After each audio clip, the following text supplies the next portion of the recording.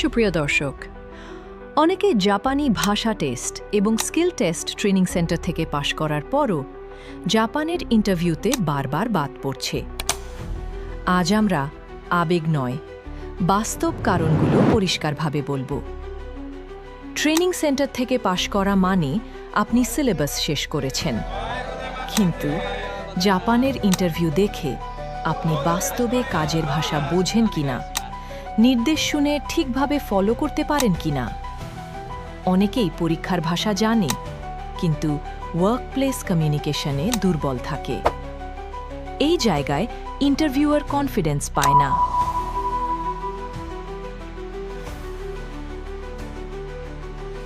Japan ইন্টারভিউয়ে তারা দেখে আপনি প্রশ্ন শুনে স্বাভাবিকভাবে বুঝছেন কিনা, চাপের মধ্যে শান্তভাবে উত্তর দিতে পারছেন কিনা, আর আননেসেসারি কথা না বলে পয়েন্টে থাকছেন কিনা।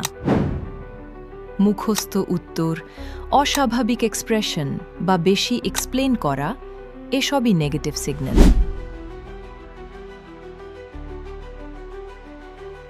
স্কিল টেস্ট পাশ করা মানে আপনি কাজটা করতে পারেন, কিন্তু জাপান দেখে আপনি নিয়ম মেনে করবেন কিনা, বারবার একই মান বজায় রাখতে পারবেন কিনা।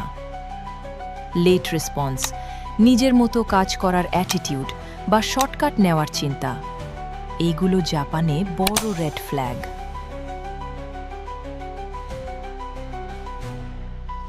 জাপান কাজের সময় কালচারকে খুব গুরুত্ব দেয়।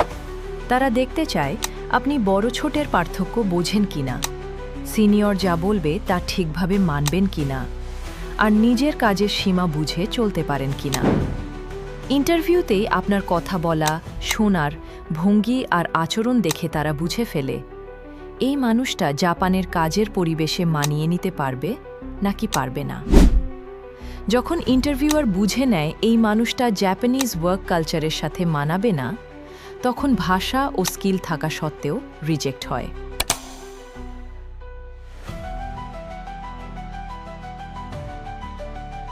ট্রেনিং সেন্টার থেকে ভাষা আর স্কিল টেস্ট পাশ করা দরকার, কিন্তু জাপানে টিকে থাকতে হলে দরকার real language understanding, strong discipline আর কালচার রেসপেক্ট। এই তিনটা ছাড়া জাপান কাউকে নেয় না। কাওয়াই গ্রুপ শুধু ট্রেনিং শেষ করায় না, আমরা মানুষটাকে জাপানের জন্য মেন্টালি ও প্রফেশনালি রেডি করি। আশা করি এই তথ্যগুলো আপনার সিদ্ধান্তকে আরও পরিষ্কার করবে। পরের ভিডিওতে আরও গুরুত্বপূর্ণ দিক নিয়ে আলোচনা করব।